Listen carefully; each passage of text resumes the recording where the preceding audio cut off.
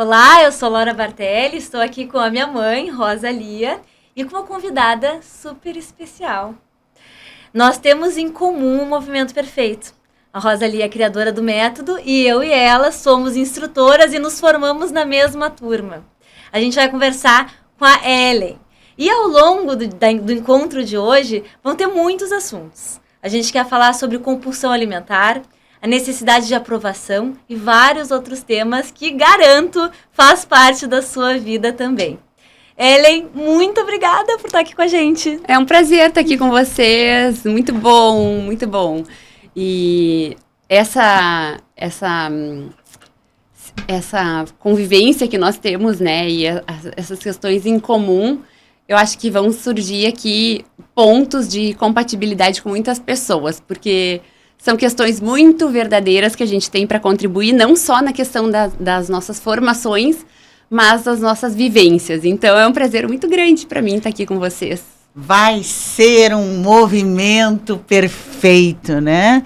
As pessoas, muitas, me questionam sobre o nome Movimento Perfeito. Por que Movimento Perfeito? Porque as pessoas têm o costume de dizer, eu não sou perfeita. Não, eu não sou perfeita. Já viu que é muito usado o oposto? Dizer, não, eu não sou perfeita. Para mim, quando você diz, eu não sou perfeita, está cometendo um erro gravíssimo. Porque quando a gente conhece o cérebro, conhece o corpo, conhece as células, e o mundo mesmo, a gente vê tanta perfeição na criação, que é uma judiaria. Não dá para dizer judiaria, a Laura estava me corrigindo. Que é uma pena. É uma pena. Mas é uma pena que você não possa assumir. Hoje eu estou aqui muito feliz com as minhas instrutoras do Movimento Perfeito, que sim, você é perfeito quando você se movimenta, né? Às vezes está estagnado numa mesma situação e não se achando bom bastante, aí vem a questão de eu não sou perfeito. Mas saiba, vai ser um encontro perfeito, porque nós somos perfeitos. E isso me fez lembrar que sempre que eu começava uma aula, a gente dizia, eu sou perfeito e vim aqui praticar a minha perfeição. Porque é necessário prática, e disso a gente sabe bem, né? Quantas coisas, quantas ferramentas tu não criou pra gente poder desenvolver não, mas acessar, vamos dizer assim, né? Acessar aquilo que é perfeito e aprender a se movimentar. Ellen, vamos começar pelo começo? Que é, como é que foi o que te levou ao Movimento Perfeito, né? Como é que tu começou essa jornada e a gente acabou se encontrando? Como é que foi? Então, o meu início no Movimento Perfeito foi bem inusitado, né? Eu tinha uma sociedade com a minha irmã em uma loja de roupas e a gente estava insatisfeitas, né? Com os nossos resultados financeiros. Então, a gente chegou ao Movimento Perfeito porque a gente queria aumentar as nossas vendas. E foi muito engraçado porque a gente estava completamente, assim, estagnadas nos resultados, né? Então, a gente queria vender. Nós éramos vendedoras que não vendíamos. E a gente queria se tornar vendedora que vendíamos. E aí, foi muito engraçado porque eu me lembro que eu cheguei num encontro da Anhiggs com a Rosa Lia e fui buscando vender.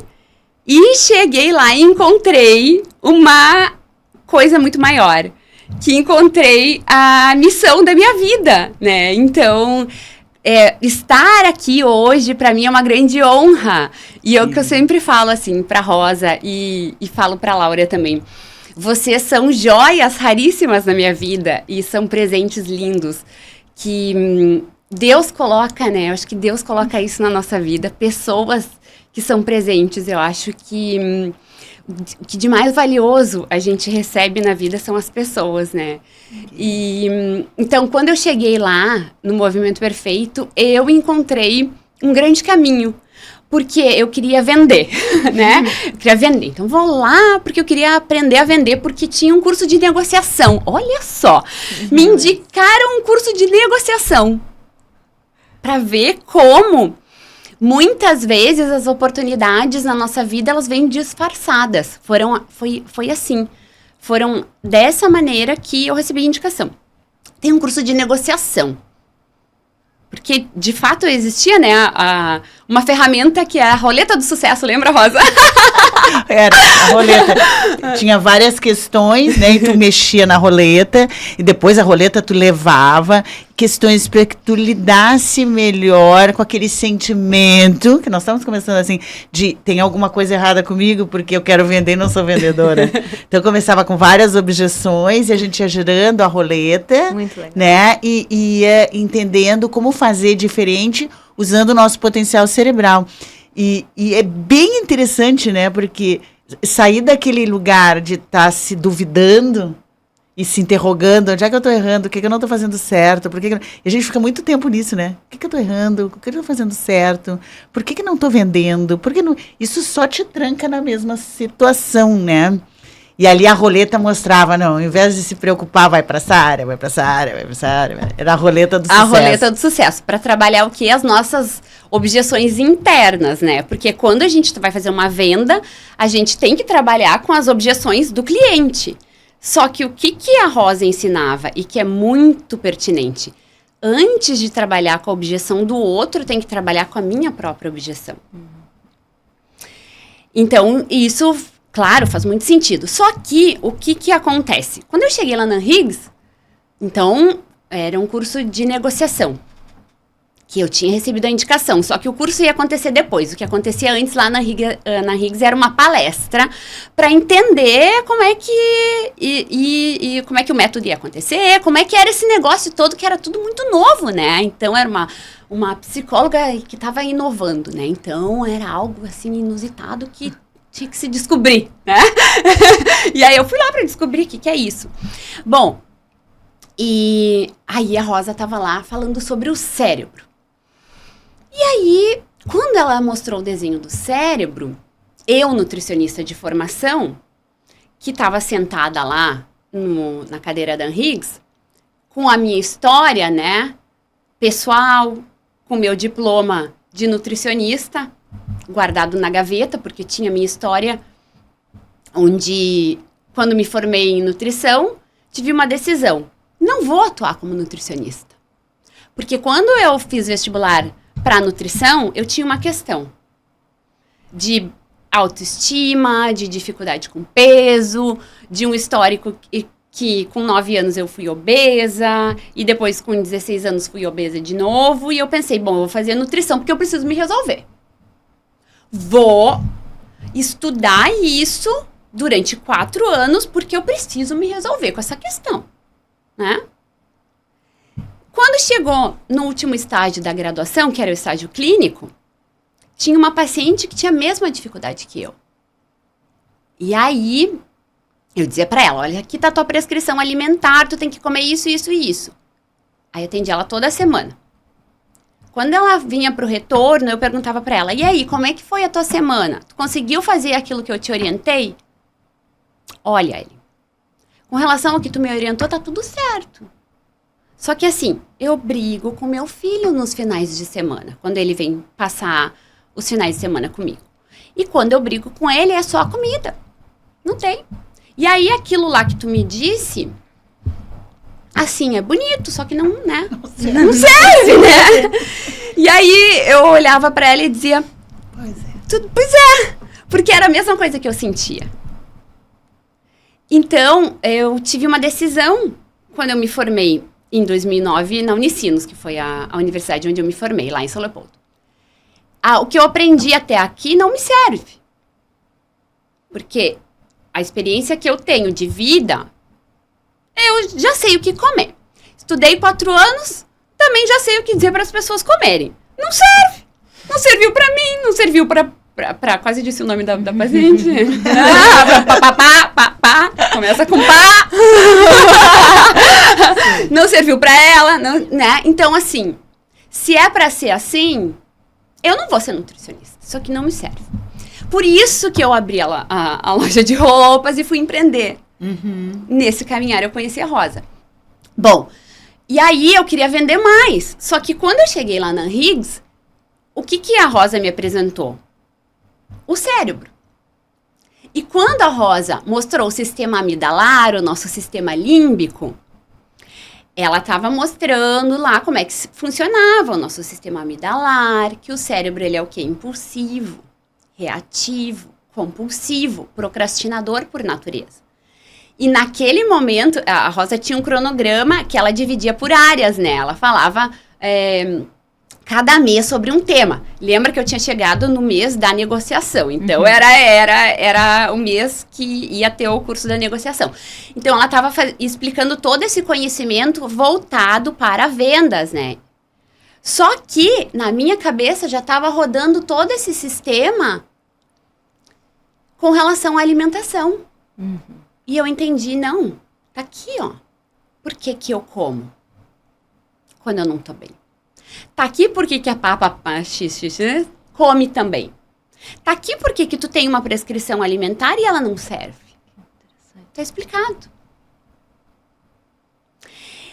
Só que eu tinha um objetivo, né? De começar a vender mais e etc, etc. Bom, e aí eu entrei no Movimento Perfeito. E aí, enfim, aí tudo começou. Por quê? Porque eu tive um longo caminhar até me tornar instrutora, até fazer o credenciamento. A gente tem toda a história até hoje. Mas eu lembro, agora me lembro que elas me deram depoimento, a loja, não me lembro como é que era, mas não estava vendendo. E elas começaram a aplicar a roleta e começou a vender. E começou a vender, e a loja foi, claro. Lembra? E começaram a vender, de, meu Deus. E isso é bem interessante, porque as pessoas, algumas pessoas até hoje assim, mas tu estuda o cérebro, qual é o benefício de eu entender como é que o meu cérebro funciona? Qual é o benefício de eu aprender a usar técnicas para o cérebro? Em todas as áreas. Porque o nosso cérebro é esse impulsivo, esse repetitivo, esse primitivo, que faz a gente ficar insatisfeito e achar que a gente não é perfeito. Agora, tem áreas que se tu ativar, e que a neuroplasticidade provou que sim, você pode controlar a impulsividade, você pode deixar de ser repetitivo. Isso funciona em todas as áreas da vida. E aí a gente sai daquela posição de achar que tem alguma coisa que eu ainda não sei, o que está fora de mim, o que é algo que outro faz e eu não faço. Não, tá dentro. Tá nesse equilíbrio dentro de trabalhar no lugar certo, né? Eu acho que o pessoal deve estar curioso, porque eu também estou e não estou me recordando. A Ellen está falando que a roleta ajuda a gente a olhar um pouco das nossas objeções internas. Tu podia só dar algum exemplo, assim, se tu lembrar? O que seria uma objeção interna, por exemplo, e alguma ferramenta, algo que a pessoa poderia fazer que pode auxiliar ela a vender mais, por exemplo? É porque a pessoa, ela traz a experiência dela, dos maus resultados e das dificuldades para o momento atual. Sim. Então, ela faz associações, porque o cérebro é associativo. Então, entrou uma pessoa, estou inventando aqui, de camiseta roxa. E ela lembra, na outra vez que entrou uma pessoa da camiseta roxa, me alugou o dia inteiro e eu não vendi nada. Então, ela já entra com uma negatividade associativa.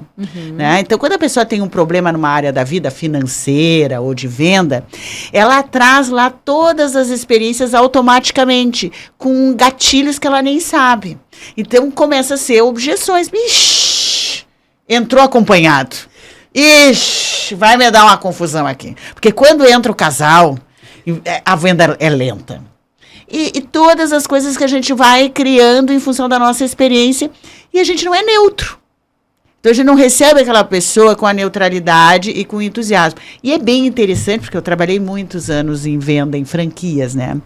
E eu dizia assim, eu dizia para os meus próprios vendedores, para a minha própria equipe, está entrando um cara novo. Eu quero que vocês observem ele, porque ele ainda não sabe nada da história aqui da loja. Tá? Vocês querem apostar que ele vai vender muito enquanto vocês não começarem com a fofoca. Enquanto vocês não começarem a dizer que isso é difícil, que tem horário que é ruim, que não vende, que o shopping é isso, ou o shopping é aquilo. Vocês querem ver? Aí eu fazia um teste. O cara começava novo, sem nenhum preconceito, cheio de gás, cheio de vontade, não sabia de nenhum horário, não sabia de nenhum problema do shopping, nem do gerente, nem nada. Vendia. Eu dizia, agora espere vocês começarem a contaminar o coitado. Que ele vai começar a não vender. E é assim na nossa vida. A gente se contamina pelo nosso histórico.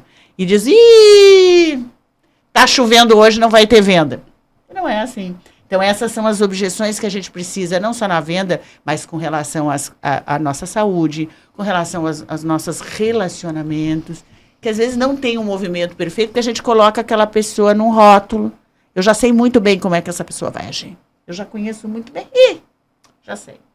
Hoje ele vai falar isso, ou ela vai falar aquilo. E isso são objeções internas que impedem o movimento perfeito da vida acontecer. E eu acho que isso é fundamental. Por isso o movimento perfeito. Mova-se. Mova-se. Não é a mesma coisa. Tu pode estar nesse exato momento com problema. Se continuar ali alimentando, ele vai continuar para as próximas horas. E próximas às horas, ela cria aquela reverberação, né? E se eu entrar com uma interrupção? Se eu interromper esse caminho? Né? Eu acho interessante. Não, isso é muito interessante. E a questão de que é para N assuntos, né? Que nem a gente está falando. É para venda nesse exemplo e para a parte da alimentação, que é muito a minha experiência também com o Movimento Perfeito, que foi onde... Foi a grande cura que eu tive com o Movimento Perfeito, foi na questão alimentar também, que foi perceber justamente que existia a oportunidade da interrupção. Porque até um determinado momento eu não sabia que tinha como eu interromper um determinado comportamento compulsivo. Eu lembro, inclusive, que todos vocês sabem que minha mãe, essa moça aqui é minha mãe, então ela é criadora do método. Ela é filha da mãe. Então, assim, eu trabalhava no mercado financeiro nessa época. E eu sabia que a minha mãe mandava as pessoas colocar o problema dentro de uma caixa preta. Eu achava aquilo interessante. Tipo assim, eu disse, interessante, não. Não, eu achava aquilo... Gente, que coisa esquisita, sabe? Como assim, né? Pra botar problema numa caixa. Tá, né? Tá, como assim? Né? Eu realmente achava estranho.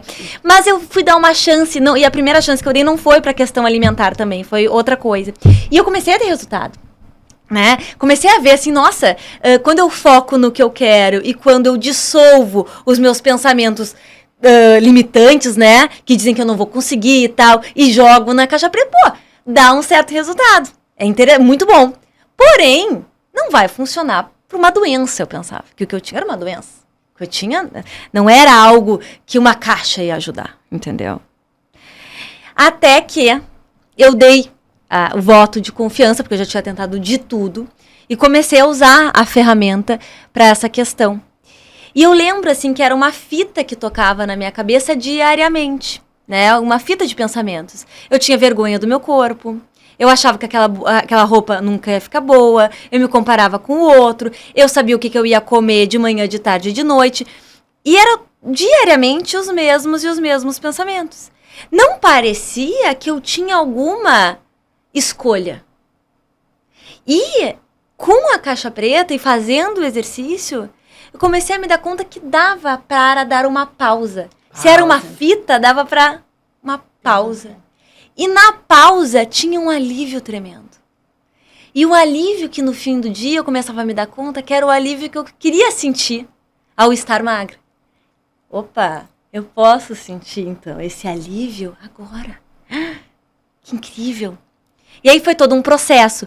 Mas essa percepção de que existe uma pausa, eu posso dar essa pausa e ela vai me trazer um alívio que ele é curador, né? Então foi muito incrível. Eu me lembrei, sabe o que? Como é assim, que aquilo que a gente consegue influenciar pessoas mais distantes e leva mais tempo com as pessoas mais próximas, né? Porque também fica mais difícil tu ensinar, porque tu tá ensinando, ela tá fazendo errado, tu já diz, para, não tá fazendo certo! E a outra já reclama por causa da intimidade. E assim, as amigas dela me pediam, eu tinha uma amiga dela que estava sofrendo um tipo de um bullying no colégio, e aí veio conversar comigo, e eu dei toda uma estratégia para ela fazer, entendeu? Quando ela chegasse no colégio, era um pausa, sabe? Interrupção da questão dela. E ela mudou da noite pro dia, porque tinha uma outra que dizia assim, vai lá na Rosa, ela te cura, né? Eu sempre tu mesma dizia, vai lá na minha mãe que ela te cura, né? Mas ela resistiu. E o meu irmão, o Sérgio, que vem dos Estados Unidos para passar o aniversário dele. No dia do aniversário, que era 20 de março, ele alugou um quarto no Fasano, porque ele queria, assim, arrumar um namorado, né? E no dia, poder ter lá no dia uma noite especial. E chegou, eu acho que o aniversário ia ser no sábado para domingo. E era uma quarta-feira. E ele dizia assim, eu não tô acreditando, já fui em vários lugares, não arrumei ninguém, nenhuma paquera, ninguém vai ter que passar o dia do meu aniversário gastando uma foto de sozinho. E eu disse assim pra ele, tu é bem louco, cara, vou te ensinar a caixa preta. Que esta caixinha preta vai me ajudar. Eu digo, te ajuda? Tu não tem outra solução. Tu não tem outra, ou tu vai passar sozinho ou tu quer o alívio da caixa preta. Vamos tentar fazer, era uma quarta-feira. E ele, não vou. Ensinei para ele num café.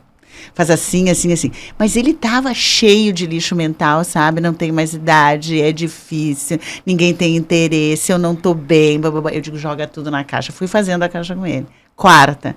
Na sexta noite, ele conheceu a pessoa e passou o sábado super feliz e tal. E depois dizia, vou te levar para os Estados Unidos, não vou me enriquecer com essa caixa. Eu digo, demorou, hein? Demorou. E Ellen, tu tava falando que tu fez nutrição, então tu conseguiu fazer, tu fechou esse ciclo de usar a nutrição junto com o Movimento Perfeito. Conta um pouquinho como é que foi isso, na tua própria experiência e também profissionalmente, como é que tu usa isso hoje? Então, hoje eu atuo como nutricionista, aliando, né, essa parte terapêutica, uso as técnicas do Movimento Perfeito, uso outras formações que eu tenho hoje também, mas a grande questão que eu abordo é que, e a minha bandeira é essa, né? Dieta é apagar incêndio. Eu faço essa analogia para as pessoas que me procuram, né? Então, eu digo assim, você pode fazer uma dieta, você pode ir para academia. Eu, obviamente, como nutricionista, tenho uma alimentação saudável, vou para academia, faço exercício, só que é muito importante que a pessoa que busque uma intervenção tenha essa consciência. Porque as pessoas, elas pensam assim, bom, eu tô com um problema de excesso de peso. Então tá, qual é a primeira solução que eu vou pensar? Vou fazer uma dieta, eu vou pra academia. Né? A primeira coisa que a pessoa pensa, eu vou fazer isso. Como se fosse uma coisa assim, uma mágica, né? Mágica. Que ninguém soubesse. Vou fazer uma dieta, eu vou pra academia. Né? É o que a pessoa pensa. Só que ela não se dá conta. O que construiu aquele excesso de peso? O que veio antes? Né? O que construiu aquela escolha alimentar? Porque o que eu sempre pergunto para as pessoas que me procuram, tá? Em algum momento da tua vida, tu já esteve magra? Sim! Tu já foi magra em algum momento da tua vida? Sim! Mas então tu concorda comigo que a tua dificuldade não é emagrecer, e sim se manter lá? Ah, sim! Mas e tu sabe o que tu deve fazer para emagrecer? Sim! Inclusive, tenho várias dietas. Tem gente que chega me dando aula de nutrição, mas isso, experts. Então, por isso que é tão importante o que eu faço, e que aprendi com a Rosa, é a pontuação, assim, dos sinais e sintomas quando a pessoa vem.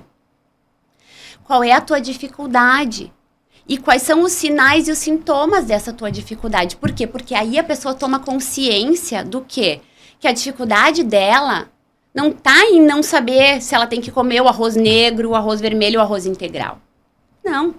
A dificuldade dela tá na impulsividade, no comer noturno. A dificuldade dela tá num padrão 8 a 80, naquele pensamento que tem, que diz, não, mas só hoje. Amanhã eu começo. Então, a gente tem que, o que eu sempre digo, para a pessoa que ela quer muito mais do que um emagrecimento pontual e momentâneo, para aquela pessoa que quer se manter magra, ela precisa mudar a mentalidade dela. Porque se ela transformar aqui dentro, ela não vai mais precisar se preocupar com um papelzinho que está lá fixado na geladeira. Porque aquilo lá está internalizado. E algo que a gente conversava hoje, eu e a Laura fomos fazer a unha de tarde, e algo que é muito significativo para mim, que faz parte da minha experiência, porque eu tive uma história de compulsão alimentar, assim como a Laura teve a dificuldade dela, é algo assim que foi muito transformador para mim, que foi com a Caixa Preta também, que é a observação dos pensamentos, porque assim, a pessoa que ela tem dificuldade com o corpo, que faz dieta, ela não se dá conta que ela pensa em comida o dia inteiro. O dia inteiro. O pensamento é, o que eu vou comer, o que eu não posso comer, o que eu devo comer ou o que eu já comi. Ou seja, o mundo interno dela gira em torno da comida. E ela não se dá conta que onde ela bota a atenção, o que acontece? Cresce. Então, aquele mundo interno que fica o tempo inteiro pensando em comida, produz o quê? Mais padrões compulsivos. Ou mais padrões onde a pessoa tem uma contração, onde ela pensa, não posso comer. Deus o livre, não posso comer. Eu não posso nem pensar naquele chocolate. Deus o livre aquele chocolate. Deus o livre aquela sobremesa. E aquilo gera o quê?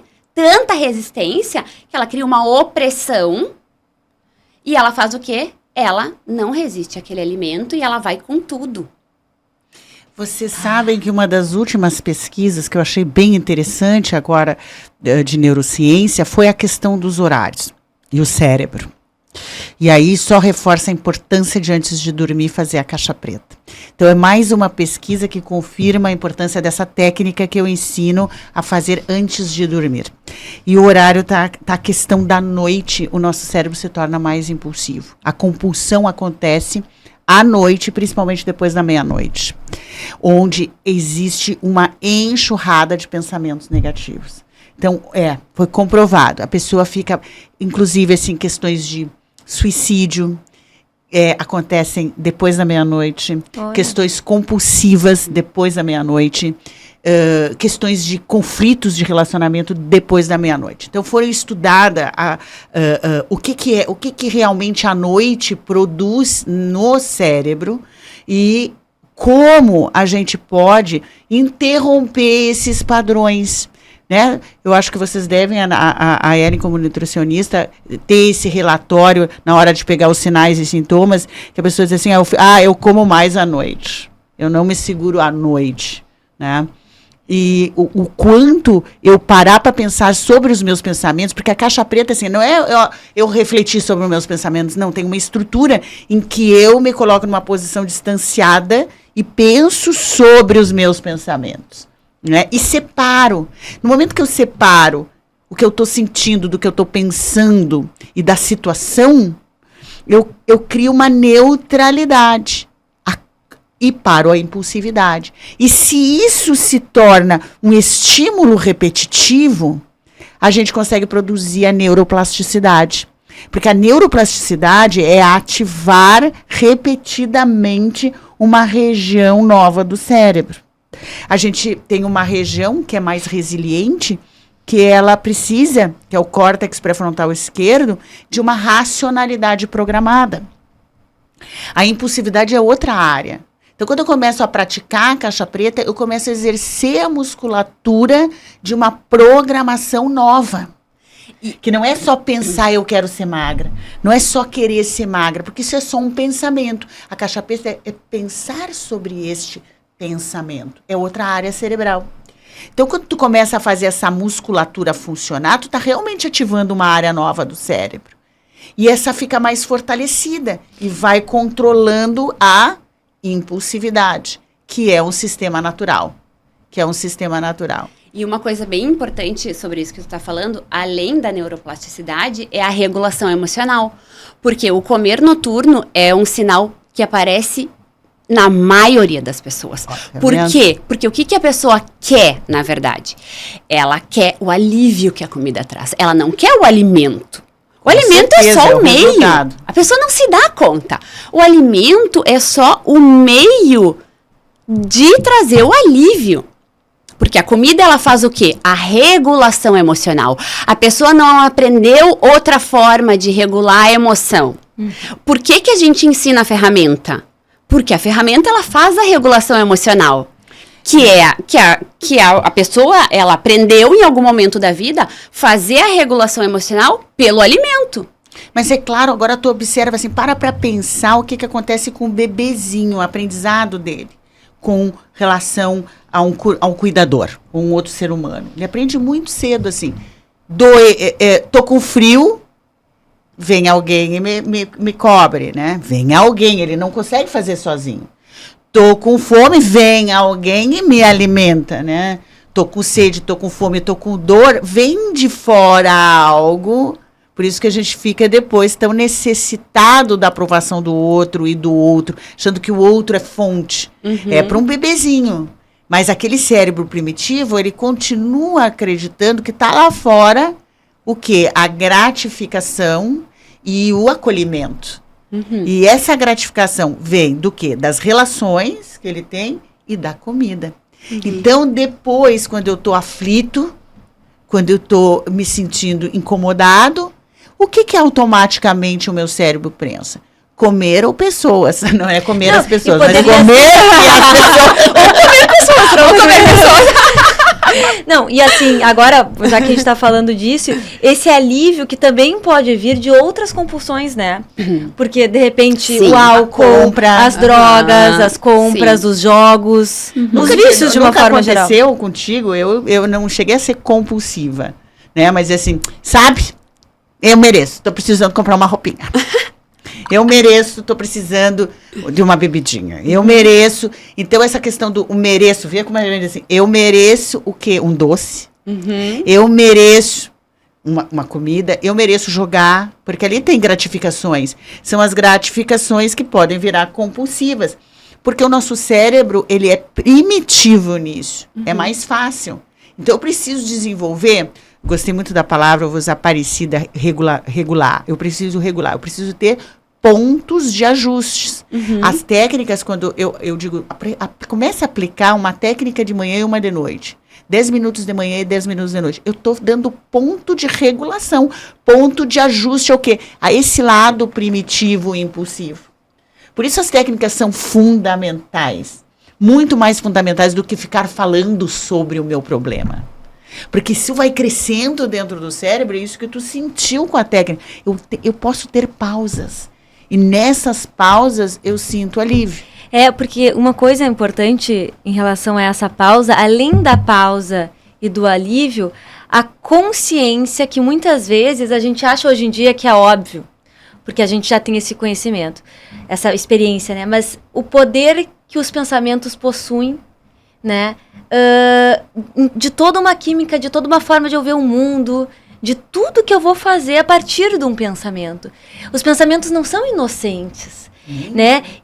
Então, quando tu se dá conta, sem todas essas ideias, eu tenho alívio.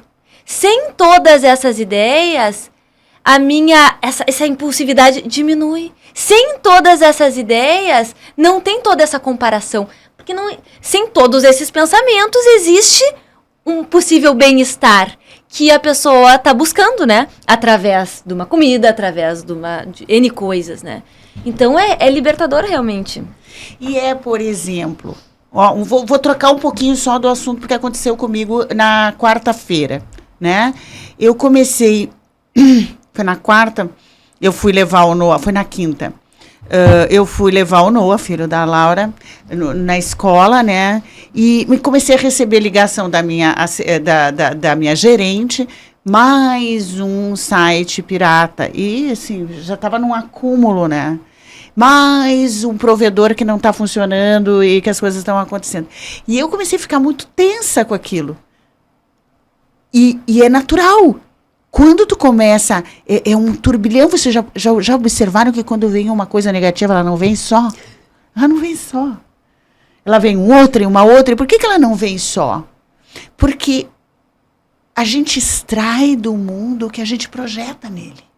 Então, eu estou projetando problemas há umas 3 semanas com sites piratas dos meus produtos. E eu projeto isso e naturalmente vem mais um, mas eu veio 6. Veio 6 e eu falei assim, Eliane, nós temos que parar. A Eliane trabalha comigo, são 2 mentes, nós estamos projetando esse problema, ele está trazendo mais e mais e mais. Nós estamos extraindo o pior dos nossos produtos. Então, nós temos que interromper. Isso foi a fala com ela, mas quando ela me deu a outra notícia, eu não tinha feito a pausa. Aí deixei o Noah e lá na escola tem uma porteirinha, assim, um negócio que tu passa e vai para uma pequena cachoeira, sabe? Eu digo, tá aqui a minha pausa.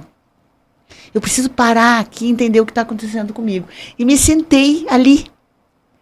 E olha só, segundos que eu fiquei ali, eu acho que eu fiquei uns 2, 3 minutos, só sentindo, foi uma pausa, um alívio ali, a natureza, o cheiro, o ar, a água, a natureza, o cheiro, o ar, a água.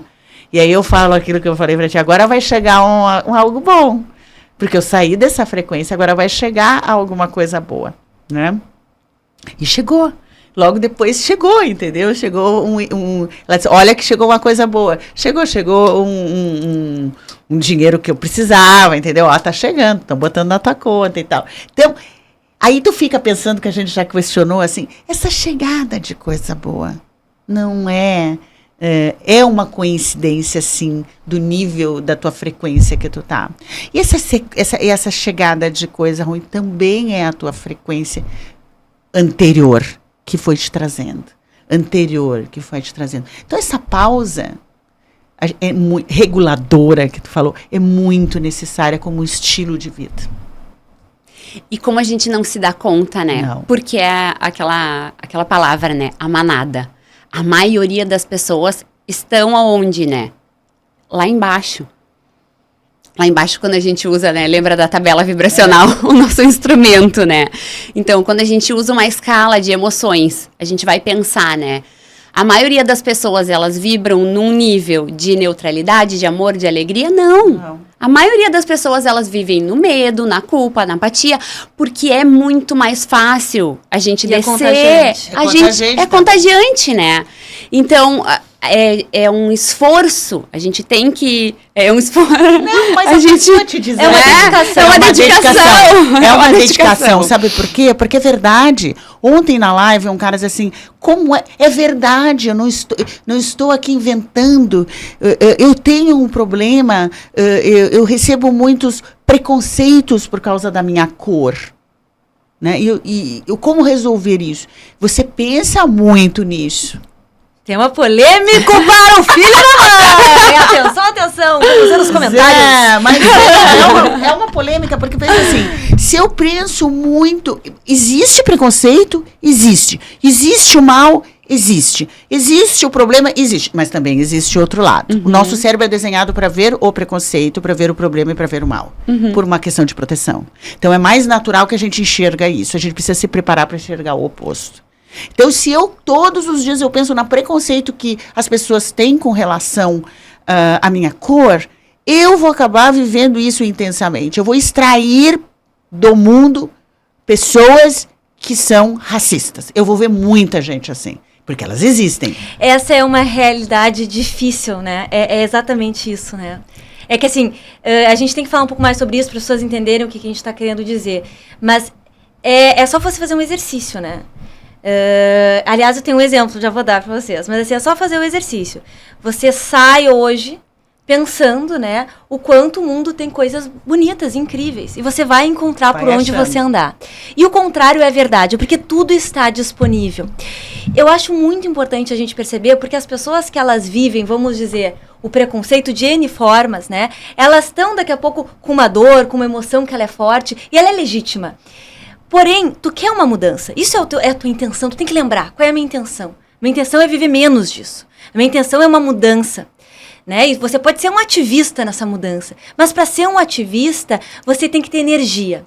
Né? E energia, né, ela é forte quando ela é na coragem, quando ela é para cima. Se eu quero uma mudança, mas eu tô com vergonha, eu tô com medo, eu tô apático, eu tô triste, eu tô com raiva de todo mundo, o meu poder é menor.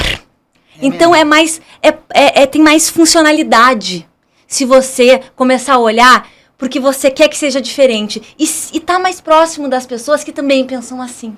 Porque senão o negócio vai ladeira abaixo. E eu tenho uma coisa para contar para vocês, um exemplo para contar para vocês de que a gente atrai mesmo. Né? O Guilherme, meu namorado, ele odeia o Bolsonaro, tá? Outro tema polêmico para nós hoje. Bom, tudo bem. Tem pessoas que amam o Bolsonaro e não têm a oportunidade que ele teve. Esse menino passa dia e noite falando nesse Bolsonaro.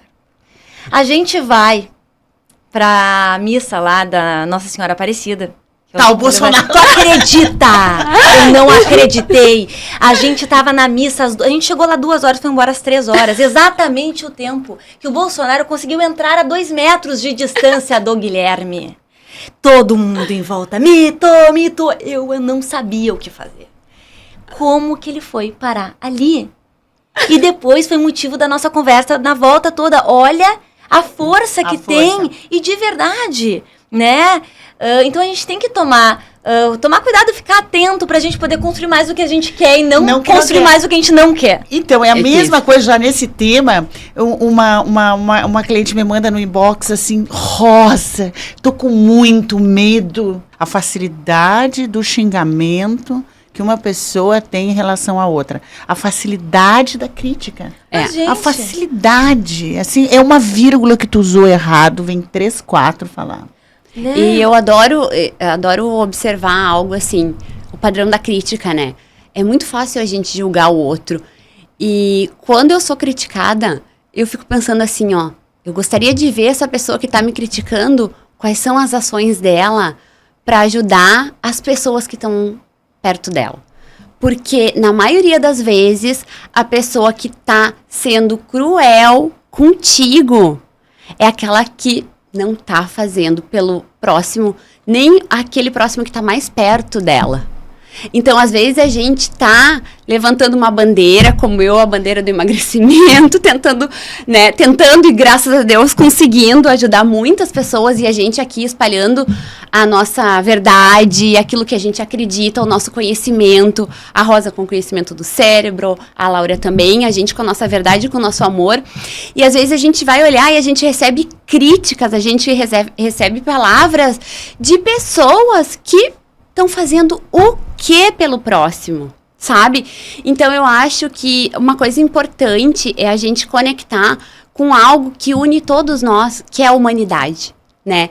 Eu acho que todos nós, enquanto seres humanos, somos perfeitos em algo que nos une, que é a imperfeição. A gente tá aqui e a gente vai continuar caindo e precisando levantar. Por quê? Porque aqui, nesse cair e levantar, estão os nossos aprendizados. E aquilo, né? Senão a gente vai começar a usar em treinamento, né? Treinamento. Mas agora me lembrei uma coisa bem interessante.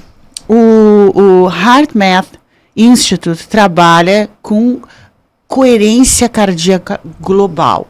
E é um instituto de pesquisa. O que quer dizer isso? Eles começaram a entender que tipo de emoção nós, seres humanos, como comunidade, poderíamos botar no mundo como grupo e melhorar o mundo. Eles estudaram isso em laboratório, que é o coração calmo, o coração em coerência. Então, quando a gente se alinha, ou a gente medita, ou a gente respira mais profundamente, sai das ondas beta de estresse e entra em ondas mais tranquilas, e a gente pensa em compaixão, entendeu? Aquele ser humano que ele está sofrido, ele está com dor. Isso faz uma correção humana muito grande. Então, ter momentos para estas pausas também, sabe? A gente parar e ver aquele que critica, e ver aquele que não adianta tu tentar te explicar, tá? Porque às vezes os haters estão ali, tu tenta te explicar e vê que eles não querem. Eles não querem uma explicação. Eles querem a tua incomodação. Não adianta tu explicar, sabe? Então, tu pensa assim, que dor tem esse ser humano aqui, sabe? Então, eu vou me manter em silêncio, mas eu vou ter compaixão. Quem é essa pessoa aqui? Que dor ela carrega para fazer isso, por decidir ter esta posição. Tu sabe que, isso foi um exercício que eu tive que fazer esses tempos. Eu tava na rua e eu já tinha ajudado. Bom, hoje em dia no Rio de Janeiro tem muitas pessoas pedindo ajuda na rua, né? É muito impressionante. E aí eu já tinha ajudado tinha acabado de ajudar uma pessoa e veio um menino. E aí vem vindo esse menino e ele foi me pedir. E eu tenho uma coisa, eu gosto de tocar na pessoa. Hoje eu não vou poder te ajudar, mas eu toquei nele. Hoje eu não vou poder te ajudar. E ele, vai alisar tua filha. Veio o meu, sabe, eu tava, na verdade, tentando passar um carinho, tu entendeu? Eu tinha ajudado, e eu ainda tava assim, pô, acabei, sabe? Me subiu, assim, veio meu coração até, assim, sabe, fiquei caminhando até a esquina, me sentindo mal, sabe? E braba também. Poxa, onde já se viu? Eu tô tentando ajudar, acabei de ajudar uma pessoa, não sei o quê. E aí me veio. Imagina como é que tá sendo o dia dessa criança que tem que estar na rua e tá pedindo alguma coisa. Aí passou, sei lá, um mês, eu acho. E de novo eu encontrei ele. Claro que ele nem lembrava de mim. Mas nesse dia eu tava super bem-humorada e ele também tava super bem-humorado. E aí no fim ele foi me pedir alguma coisa, eu fui dar e eu consegui conversar com ele. O nome dele é Moisés. E aí a gente conversou e tal. E eu pude conhecer um pouquinho mais ele mesmo e entender realmente que naquele dia ali, não só naquele dia, como vários dias, ele deve ter atitudes como aquela, porque ele passa por uma situação que é muito difícil, né? E às vezes o estímulo do toque, né? E a gente, né? E a gente, né? Agora tu tá falando nisso, e eu saí hoje da academia e na porta do supermercado tá ali a mãe, né? Sentada com uma criança, e aí tu olhando o celular, né? E ela pede, senhora, moça, e tu... né? Porque tu tá ali nas tuas coisas, né? E aí eu passei por ela e eu fui indiferente, eu continuei olhando o celular, me irritei, inclusive, com o pedido. E aí, depois que eu passei, eu parei e pensei, né? E se tu tivesse ali, né? Se tu tivesse ali nesse chão com aquela criança. E aí tu tem aquele momento de compaixão. Esse momento de compaixão, ele é importante. Ele é importante porque ele é emanado. Ele é emanado para ela, para a criança e para mim. E para as pessoas que estão em volta, porque é uma onda. Se a gente tivesse essa onda a mais, ou pelo menos se a gente tivesse a missão individual de ter essa onda de compaixão, é tão elevada que o teu dia troca. Mas muda completamente. O teu dia troca. Então, assim, ó, tu ia lá no banco com isso, para conversar. Hoje não existe mais isso, tá? Mas vamos dizer assim, que tu fosse em algum lugar para fazer uma entrevista, né? Ou tu ia abrir o teu computador para responder a alguém. E o teu dia tu tá irritado. Tu vai levar uma resposta porque tu vai extrair do mundo aquilo que tu tá projetando, a tua irritação. E aí a outra pessoa vai sentir essa irritação e vai te responder muito mal a tua reunião. Agora tu ali deu um intervalo de compaixão, tu já entrou diferente na reunião e vai emanar por computador, sim, porque essa energia é que nem o wireless, e vai chegar na outra pessoa que também vai estar mais disposta para ti, e é um outro mundo que tu vive. Então isso aí não é mais uma coisa que a gente pensa que é assim. Não, isso é provado que a gente muda, é assim que as nossas células entendem a nossa linguagem, e elas se acomodam na compaixão e na apreciação, e elas adoecem na raiva e no estresse. E isso mesmo sai para fora, e a gente adoece por causa da nossa raiva, do nosso estresse, e a gente cria a cura quando a gente está com compaixão. É uma coisa assim incrível, e isso tem por trás várias ciências comprovando isso, né? Troque o medo, eu digo, troque o medo por telepatia. Rosa, o que é telepatia? É a sua emanação.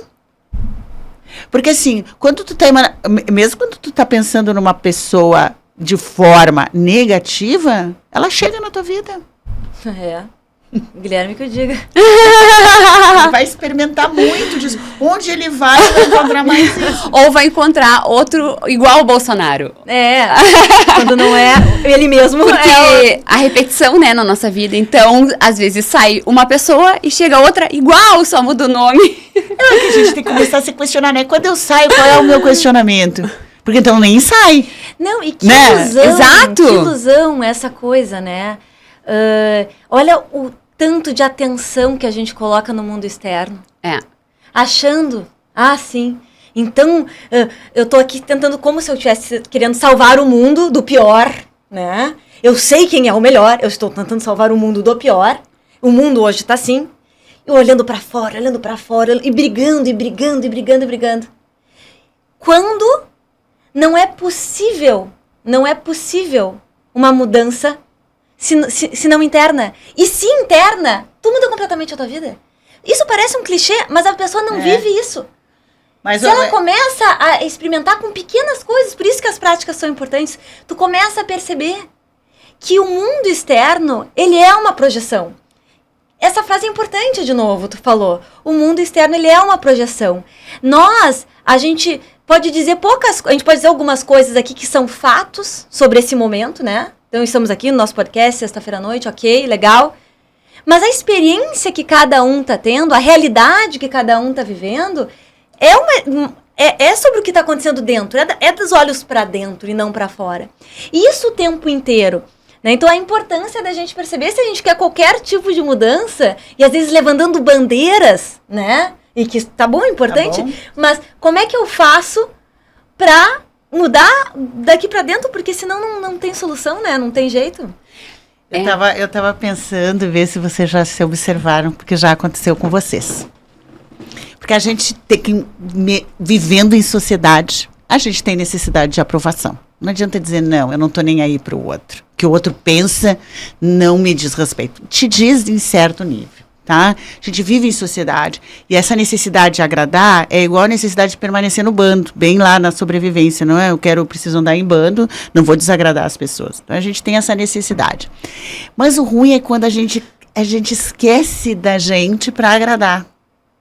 E vai com aquela energia que não é mais autêntica, eu não sou mais eu, porque eu tenho que agradar o fulano. Estava vendo um filme que era, que eu até indiquei, que é uma mulher de muita sorte, né? Ela aparentava muita sorte e tal, mas ela estava sempre para não um noivo maravilhoso, homem maravilhoso, todas as amigas invejando a situação dela, né? Foi um filme recente, lançado agora 22 de setembro. Então ela parecia uma vida perfeita, né? O cara ela comendo só um pedacinho de pizza, bem pequenininho, porque ele estava ali na frente. Aí ele diz que precisa ir no toalete, né? E ela sai e ela pega aquela pizza inteira assim, e come super ligeiro, limpa. E aí ela pega e derruba um negócio nela. E ele disse: onde é que tá a pizza? Que nós vamos levar. E ela disse: não vi que a menina me derrubou, aqui me sujei toda, levou a pizza, fazendo um estilo, né, de comer pouco e tal. Então mostra o filme várias coisas que as pessoas fazem para agradar. E a experiência de que quanto mais tu agrada, menos tu tem. Quanto menos tu deixa de ser autêntico para fazer pelo outro, porque tu tem medo de perder o outro. Você vai para um encontro tendo medo que o outro não goste de você, então você faz uma aulinha comportamental como agradar o outro, né? E chega lá e o outro nunca mais aparece na tua vida. Porque aquela energia é transmitida. Eu preciso ser aprovado, eu preciso estar acertando, eu preciso estar aqui. E acaba. Eu chego a pensar assim, o tiro sai pela culatra, mas eu tenho um sentimento de pena. Mas é difícil demais, né? Assim, claro, a gente tenta melhorar dia após dia, mas agora me veio o Noah, né? Um bebezinho, né? Tem 2 anos. E a gente já percebeu isso nele já faz um tempo, né? O quanto é importante para ele o olhar do outro dizendo muito bom, né? Sim, já é. Pô, pequenininho. E claro, a gente vai fazer isso, a gente quer que ele se sinta amado e seguro, não. Como é que começa essa história, né, dessa necessidade? Qual é o limiar? Estou te perguntando. Olha, até aqui isso aqui é saudável, é normal, faz parte da nossa natureza e é saudável. E onde começa a ficar prejudicial? Porque, né? Chega num momento que tu não sabe a tua opinião própria, os teus valores próprios. Esse aí começou a adoecer, né? Quando tu quer saber qual é a opinião e o valor do outro para tu te adaptar, para tu te adequar. É quando, imagina, para mim, assim, uma maior demonstração é o que os outros vão pensar se Eu deixo de fazer pelo pensamento que eu tenho sobre o pensamento do outro. Eu nem sei o que o outro está pensando, mas eu penso algo que o outro pode estar pensando. O outro pode estar pensando que eu sou isso, aquilo, mas eu nem conferi. Tu tá realmente pensando que eu sou isso? Não. E eu deixo de fazer as minhas coisas porque eu estou pensando sobre o que tu pode estar pensando. Então, já é um exagero, mas acontece. Muitas pessoas deixam de fazer o que gostariam. Por que os outros vão pensar? O que eu vou fazer? Por que eu não... Gente, eu lembro de uma coisa que eu fiz. Eu acho que até hoje eu tenho tô melhorando, mas era em relação ao meu pai. E eu acho que eu queria que meu pai achasse que eu era inteligente.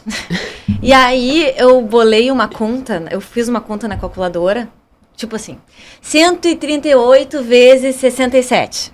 Não dá pra fazer de cabeça, né? Mas eu fiz na calculadora, vi o resultado. Um dia eu tô com ele, pai... Quanto é 138 vezes 67? E finjo que tô fazendo de cabeça. X. Falei o número. Eu lembrei disso. Eu fiz essa... E ele ficou impressionado. Olhou com uma cara, né? Tipo, o que é isso, né? E que coisa É que, na verdade, a gente usa o agradar como um atalho cerebral. Nosso cérebro, a tendência é agradar historicamente, primitivamente, porque nós vivíamos em bando e se desagradar o bando significava morrer, ser abandonado. Então, nós temos essa estrutura lá na coisa mais primitiva do cérebro. Depois vem a nossa alimentação. Nós nascemos e não nos alimentamos sozinhos. A gente precisa do outro. E começa a associar gratificação e acolhimento, que eu falei, com o outro. E depois as mulheres têm muito mais ainda. O padrão condicionado das mulheres é ceder, ser boazinha, concordar, saber primeiro o que o outro pensa, acomodar, deixar todo mundo bem. Então, quando tu diz a tua própria opinião, tu pode desagradar as pessoas, né? Então, a gente tem que saber, porque a gente tem essa tendência de agradar, né?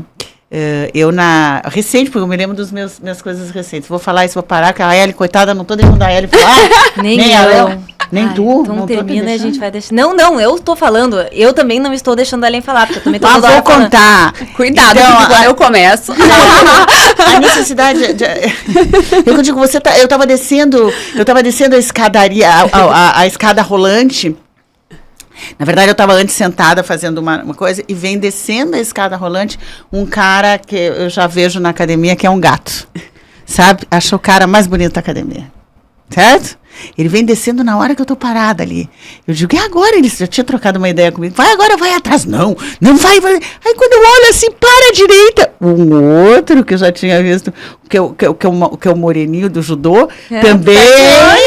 Tô de olho, tá vendo? 2. Olha que abundância. Os 2 ao mesmo tempo. Eu digo, universo, você está me mandando agir. Eu não consegui falar com nenhum nem outro. E depois que eu me dei conta, por que não? O que vão pensar?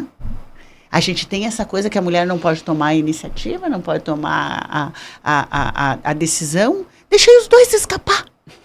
Tu entendeu? Mas fiquei com esta questão, né? Quantas vezes a oportunidade tá ali? Chegou, até porque a gente pensou muito sobre aquilo. Uma oportunidade de trabalho, uma oportunidade de relacionamento, tá na tua frente. E tu, por medo de ser rejeitado ou de ser desaprovado, tu deixa passar. E o contrário também, não sei se já aconteceu contigo, de assim, olha, de aceitar coisas que nem queria aceitar. Bom, aí é o outro atalho. Também. Pelo mesmo motivo, pela mesma questão. Exatamente. Para agradar, a questão desse agradar, né? Tão difícil isso. A gente estava vindo para cá e eu contei uma história para a Laura, bem relacionada a isso. Um convite de uma pessoa que eu não queria aceitar. Não era confortável para mim. E foi difícil para mim dizer que não. Mas o quanto a gente precisa honrar esse nosso sentimento. Porque era uma pessoa que eu gosto, que eu tenho respeito, mas naquele momento não era confortável para mim estar com ela. Por uma determinada situação. Então, é engraçado, porque com relação a essa questão do cérebro, né? Eu tinha uma decisão, meu cérebro estava em dúvida. decido encontrar essa pessoa ou não, né? Aí eu fiquei na dúvida. Eu fiquei com enxaqueca 2 dias. Por quê? Porque eu vendi pro meu cérebro aquele perigo. Então eu fiquei desgastada com essa situação. Por quê? Porque no final das contas eu fiquei com aquele medo de ser reprovada, né? Se eu falar a verdade para essa pessoa, o que essa pessoa vai pensar de mim? Aconteceu comigo na semana passada. A questão era exatamente essa. Era uma oportunidade de trabalho muito clara. E a pessoa começou a levar para um outro lugar. Os comentários de WhatsApp. E aí eu resolvi fazer... Do WhatsApp não, do inbox. Aí eu resolvi, assim, não responder. A minha primeira resposta foi que não vou responder. Vou fazer que não vi. Porque não tive coragem de me posicionar. Aí eu me dei conta. Tu tá sem coragem de te posicionar. E eu tô num trabalho intenso de posicionamento em todas as questões da minha vida. Eu me posicionar de uma forma delicada, adequada, mas me posicionar. Aí eu escrevi a primeira resposta minha. E ao escrever, eu olhei e disse assim, não, mas isso aqui é uma mentira. Comecei não querendo responder, daí o segundo passo aqui, mentindo, dizendo assim, não, estou super envolvida com outra pessoa. Não estou. Não. Assim. Aí chegar na terceira questão era dizer assim, mas não estou disponível. Uhum. Eu não estou disponível. Mas escrever isso e mandar... Deu um medo. Dá um medo. Mas, gente, a gente não tá adaptado com a verdade. Foi divertido esses dias. A gente tava com o Noah na praia, e o Noah tem 2 anos e meio, e dali a pouco vem o árabe vendendo uma esfirra, né? Esfirra! Todo mundo que come gosta! Todo mundo que come gosta! E aí o Noah, a gente comprou um. E tava dando pro Noah. E ele continuou, todo mundo que come gosta. E o Noah, eu não gostei. Foi uma gargalhada na praia. Por que uma gargalhada na praia? Eu não gostei, mas nos faz rir muito. Porque, veja, não estamos acostumados com o fato de que, sim, eu posso não gostar. E dizer, não gostei. A gente não tá acostumado com isso. Engraçado. Nós usamos isso, né? O nosso medo de ser desaprovado e rejeitado é na nossa natureza. E a gente vai dizer pra gente, não, a gente não quer desagradar, tipo assim, como se a gente estivesse ajudando o outro. Eu me dou conta disso comigo. Eu poupo todo mundo, tu sabe. Eu poupo absolutamente todas as pessoas. E é ruim pras pessoas. Porque às vezes eu deixo de falar uma coisa importante pra pessoa evoluir, mudar e etc. Exatamente. Assume a culpa. Claro, e a culpa eu é que não agi dessa maneira, mas no fundo tu sabe que tu poderia ajudar a pessoa pontuando, olha, tem o meu lado, mas tem o teu. Claro. Porque eu acho que tu também tu pode te responsabilizar, acho muito legal tu poder olhar pra ti e dizer assim, aqui tá a minha parte, mas aqui tá a tua também. Claro, e tu tem que ver quem está nos assistindo, qual é a sua maior dificuldade para trabalhar nela, porque as duas coisas importam, né? Não é que tu é legal, né? Se tu não tá pontuando a verdade, é uma fraqueza tua, e tu tem que olhar para isso dessa forma, né? Para poder dizer, olha, então o que é meu, o que é teu, e conseguir falar, porque às vezes a pessoa, de novo, que nem eu, por exemplo, tenho facilidade de dizer o que sou eu, mas tenho muita dificuldade de dizer de forma clara o que é o outro. Né? Uhum. E o contrário também é verdade, com muitas pessoas, né? Então entender. É que entrando no nosso tema inicial.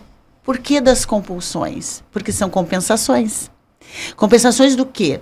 É como se a gente tivesse um tanque emocional que a gente precisa repor todos os dias. O nosso cérebro precisa, dorme inclusive isso para regular nossas emoções, né? O sono é um regulador, usando as palavras da Ellen. Né? O alimento é um regulador, o alimento certo também é um regulador. Então, a gente tem um tanque lá emocional, né? Que ele precisa ser abastecido diariamente, para a gente estar bem, as emoções, se sentindo bem e tal. E boa parte vem dos relacionamentos, das relações. Outra parte vem do nosso propósito, da nossa autenticidade. E quando a gente não tem propósito, quando a gente não consegue ser autêntico, e quando a gente não tem relações saudáveis, ou poucas relações, como é que a gente preenche esse tanque? Com comida, já que não temos as outras coisas, com bebida, com impulsividade, com jogo, com roupa. Isso é legal. Compensa. Tô falando de novo, mas só vou falar. Isso é legal. Eu só vou. Não, assim, é também essa gentileza nesse sentido consigo mesmo, né? Eu quero mudar, mas também perceber, né? Eu faço isso como uma forma de abastecer algo aqui que eu não tô conseguindo de outro jeito. E também uma observação, né? Porque as pessoas, elas não sabem como mudar. Elas não têm ferramentas. Elas não conseguem identificar como sair daquilo. Então, o que eu observo é que as pessoas, elas vivem nesse ciclo, elas observam que aquilo está errado, mas elas não sabem como sair daquilo. Não. Então, assim, elas não entendem como que elas vão sair daquilo. Quando tu entrega uma solução, aquilo parece mágica. Então, eu tava essa semana num encontro entre amigas, e aí eu tava lendo um depoimento de uma aluna minha, porque eu tenho um curso online e tava lendo o depoimento. Aí o depoimento da aluna era assim: ir na sorveteria com a família. Todo mundo tomando sorvete e eu tomando água sem sentir vontade de tomar o sorvete. Parece mágica, mas é a realidade. E aí eu li o depoimento, contei a história, e todo mundo, meu Deus, mas como é que é isso? Me ensina! É quando tu muda o significado do alimento dentro do teu cérebro. Como é que tu faz isso? Com técnica.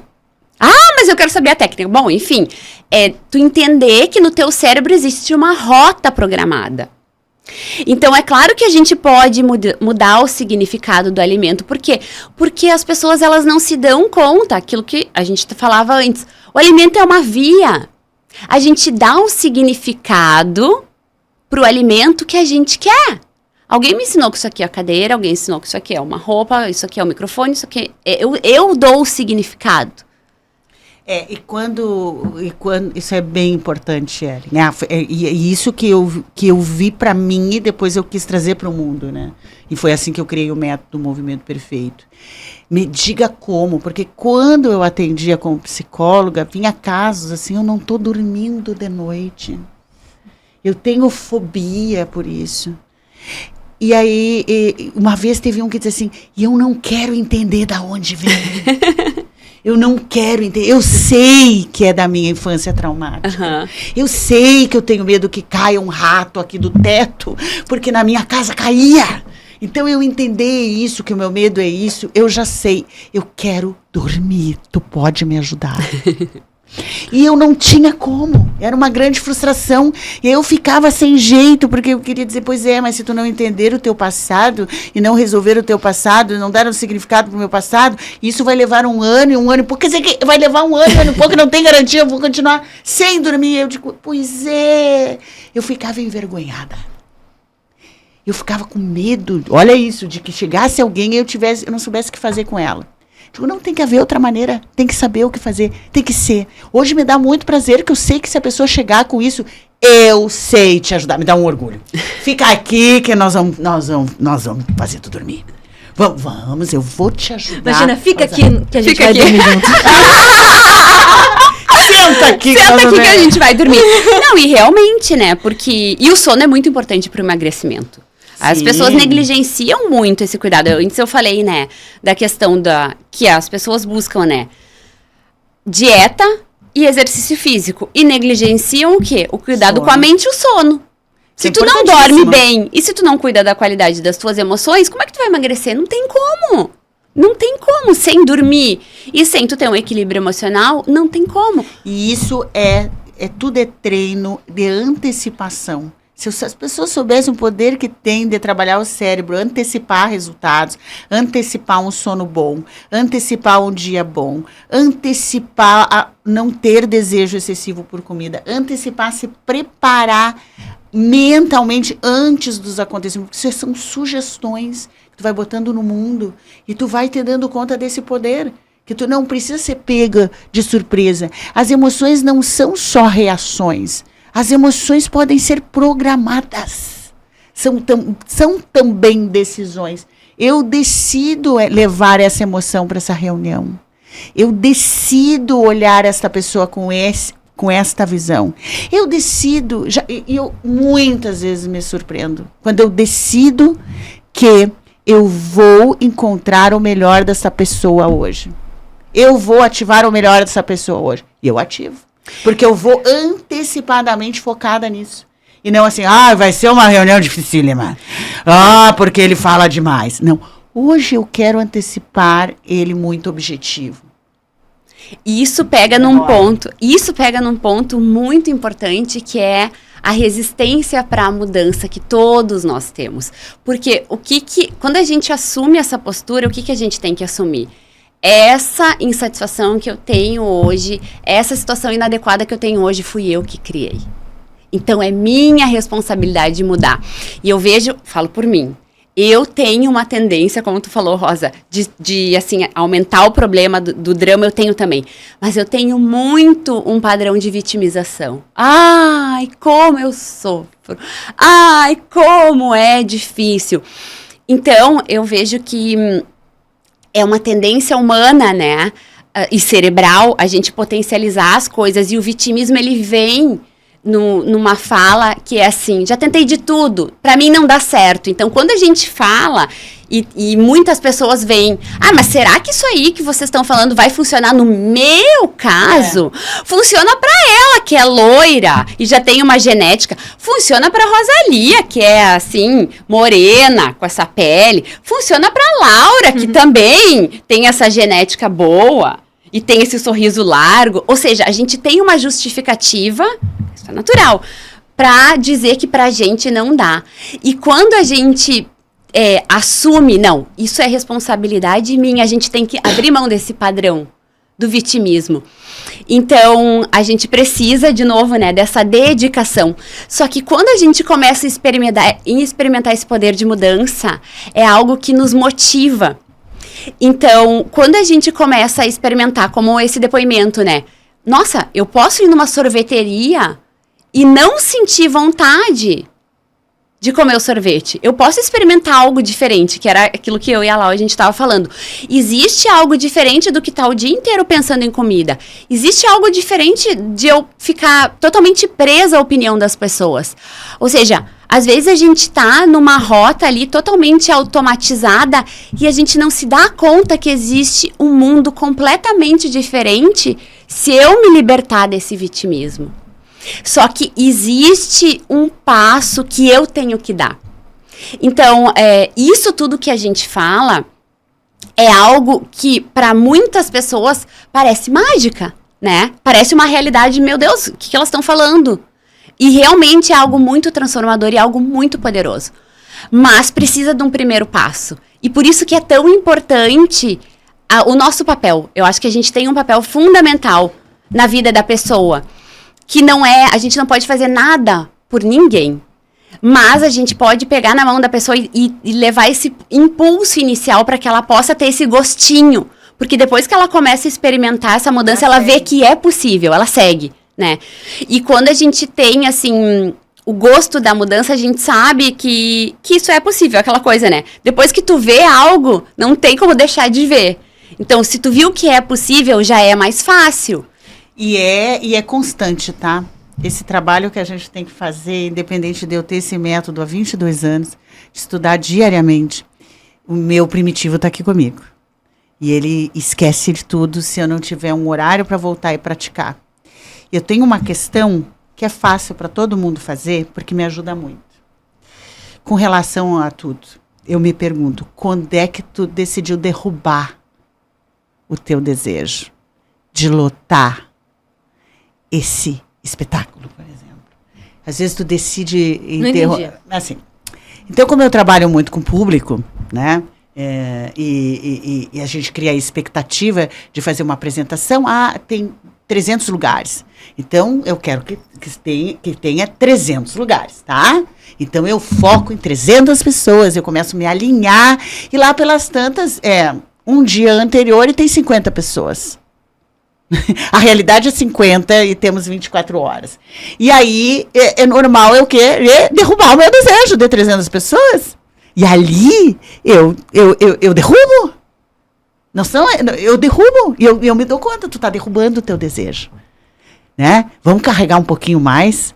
Vamos carregar, e às vezes assim, tá faltando 5 minutos, eu tô derrubando, e eu digo assim, mas ainda temos 5 minutos, não derruba, no 5º minuto não derruba. Eu me lembro de uma palestra na Henrigues, que deu um temporal em Porto Alegre, tá? E eu tô na sala e tu estavas nessa palestra, porque tu subiu, eu me lembro e disse assim, mãe, tu tem que tomar uma decisão. Porque começou um temporal, começou a faltar luz, ar-condicionado, não sei mais o que, e eu tava lá, não querendo derrubar, entendeu? Eu quero essa palestra, né? E o pessoal já tava nervoso. E o Lula, do som, tava ali. Rosa, olha o barulho, porque tava a chuva tão forte, fazia um barulho numa hora. E eu ali, o Lula, Rosa, vamos cancelar e tal. E eu nessa. Vamos esperar mais um pouco, vamos esperar uma coisa, eu não quero porque derrubar o meu desejo. Tava sem ar-condicionado. Eu não quero derrubar o meu desejo. Eu tenho o cara que eu trouxe, que era o Aldo Nova. Lembra disso? Tô lembrando. Uhum. E aí a Laura tava lá embaixo, porque tinha um público chegando, outros não chegando, tinha que começar, ar-condicionado não funcionando. Como é que vamos botar 300 pessoas aqui, que eram mais ou menos esse número, sem ar-condicionado? E a Laura sobe. E diz, mãe, agora não dá mais para segurar. Tu vai ter que tomar essa decisão. Eu disse.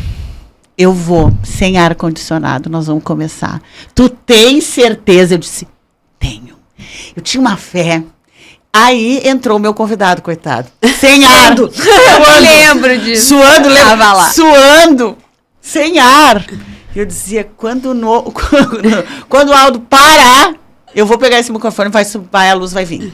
Quando ele parar, vai vir. Eu peguei o microfone. Para tu ver o antecipado, eu peguei o microfone. A luz veio, o ar-condicionado veio, entendeu? Eu digo, eu sabia.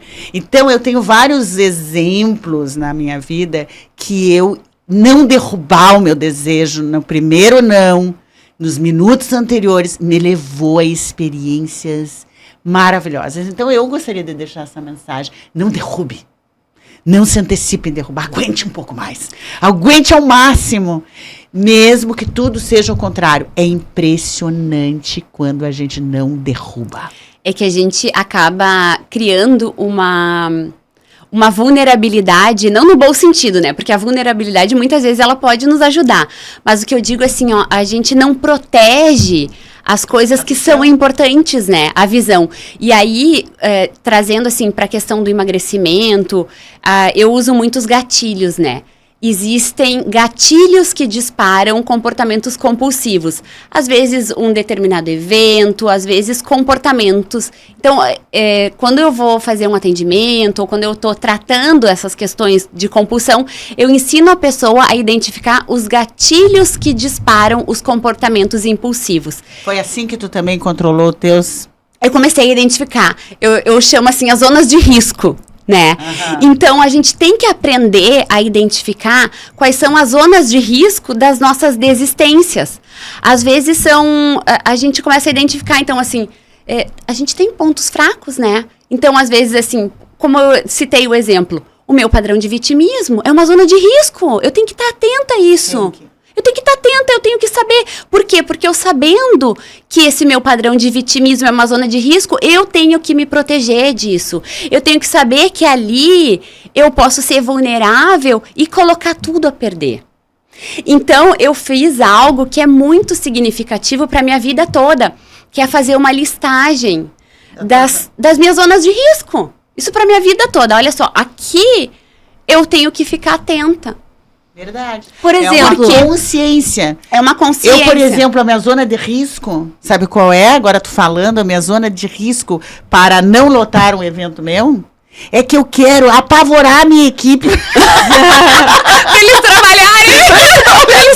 Então, olha aqui, ó. Pavor nos coitados. Entendeu? Então, eles assim, mas melhorou as vendas do ingresso? Não! Eu sei que melhorou. Precisamos botar mais energia. É uma zona de risco, eu queria apavorar os dessa coitados. última vez tu me apavorou também. Óbvio, ó. Que eu comecei a mandar mensagem pra todo mundo com pena.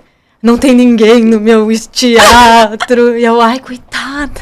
Comecei a mandar mensagem. Aí depois perguntei pra ela, lotou. É uma zona de risco, então. Eu sempre ensino para as minhas pacientes assim, ó. Qual é a zona de risco do efeito sanfona? A pessoa começar a emagrecer e receber elogios. Tem pessoas que não sabem lidar com elogios. Por quê? Porque tem crenças de não merecimento. Aí aquela pessoa que recebe assim, ai, como tu tá bonita, Rosa. E a pessoa, ela não aprendeu a receber. Então, ela não diz, ai, muito obrigada, ela não fica bem. Ela não aprendeu a fazer a caixa preta. Ela vai lá e diz, ah, então já tô bem. Um pudim. Então agora já tô bem. Ela vai lá e come um pudim. É uma zona de risco para ela. Ela precisa entender que, enquanto ela não trabalhar esse receber elogios e se sentir bem com relação a isso, e receber e ficar bem, e se alimentar desse combustível dos elogios, para isso tornar ela cada vez melhor, receber um elogio é uma zona de risco. Porque tem pessoas que elas ainda só conseguem se mover pela dor. Ou seja, ela só consegue ter um comportamento produtivo de ter uma alimentação saudável se ela tá se sentindo muito mal. Ou seja, ela... doente. Ou não, no meu caso é o seguinte, a pessoa me dá o elogio, como isso tá bem, emagreceu, e eu, ai, agora dá pra relaxar, vamos. Exato, mas é exatamente isso. É o teu... É exatamente isso. Se tu quisesse emagrecer, seria o teu... A zona de risco, entende? Porque, então tá tudo bem, eu relaxo. Então, esse é um dos das zonas de risco para muitas pessoas e é um dos ciclos do efeito sanfona. Muitas pessoas, claro, tu tem o quê? Um cérebro trabalhado e equilibrado. Agora a gente pega uma pessoa que já tem um desequilíbrio maior, uma pessoa que, por exemplo, não faz uma técnica de autoobservação, e ela não tem uma técnica de regulação emocional, ela entra nesse ciclo, aí ela tem ali uma vida desequilibrada, ela não tem um bom trabalho, ela não tem um propósito, ela tem um gatilho desses, e ela entrar com uma vida bagunçada, uma coisa assim igual a outra, quando vê, ela tá de novo no ganho de peso. Então, é muito rápido o ciclo negativo quando a pessoa tem muitos estímulos. Percebe? Quando a gente tem um processo de autoobservação, a gente neutraliza esses estímulos de uma forma sutil. Eu também tenho esses gatilhos. Ou seja, a gente não é imune. Então, só que o que acontece? A gente se observa, né? É a consciência. Sim, e tu não tem uma questão de compulsão alimentar. Não, então, pra ti isso não é. Mas pra uma outra questão... Sim, acontece. Na verdade, eu gosto muito de dizer isso. A única coisa que diferencia um ser humano do outro é a consciência. Uhum. Quanto maior o nível de consciência sobre a sua situação, ela identificar no ambiente, ou nas pessoas, ou em palavras, ou em comportamentos, gatilhos, ela tem mais resposta consciente. Senão ela vai responder impulsivamente. Ah, tá, então eu tô bem, então eu posso relaxar. Ah, então eu recebi esse elogio, eu também... agora vou, né, por esse caminho aqui. Ou ao contrário, né? A pessoa ela age impulsivamente já até sabendo que aquele é o caminho errado. Uhum. Sabe? Sim. Ela vai por ali.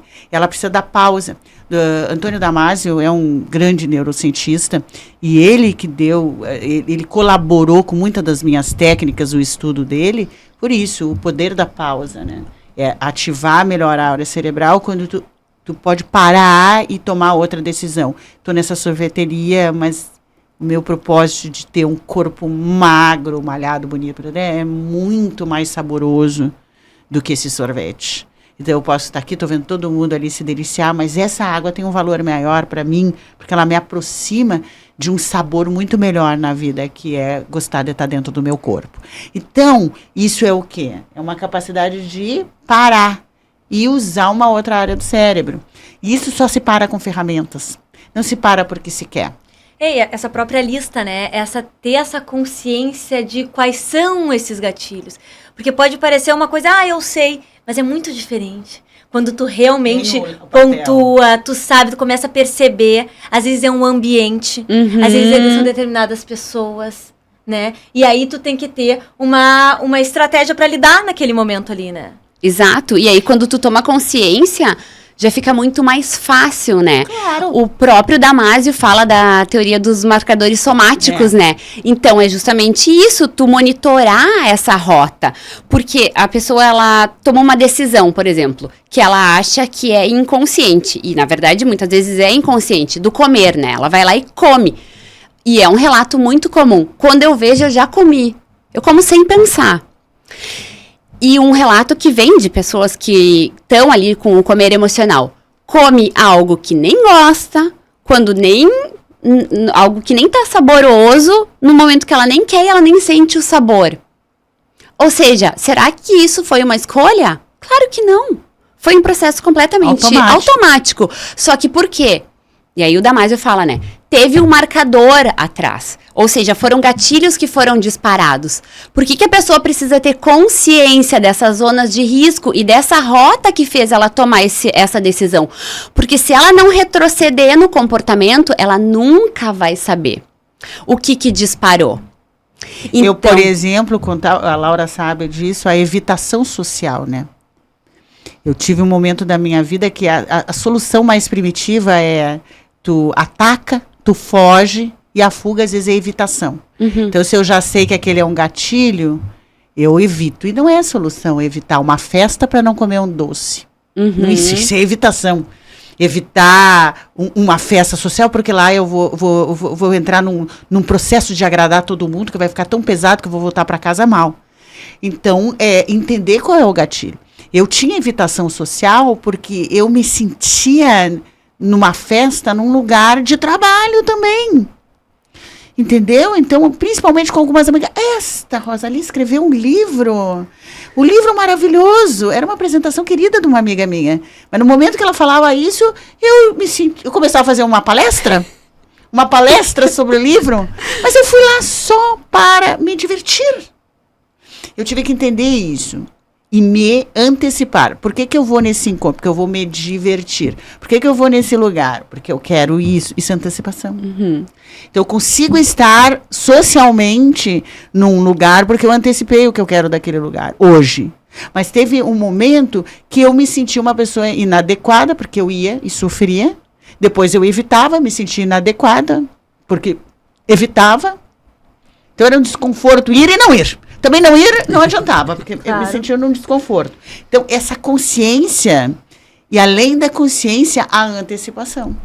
E a antecipação traz algo muito importante, que é a congruência, né? Porque daí tu vai com aquela decisão. E aí vão vir o quê? Os estímulos. Por exemplo, a pessoa vai num evento e ela tá querendo ter um controle alimentar. Vão vir as tentações, entre aspas, né? Como a pessoa chama. Eu tenho uma paciente que ela é muito engraçada, que ela diz, Ellen, é minha oportunidade. Ela chama a oportunidade.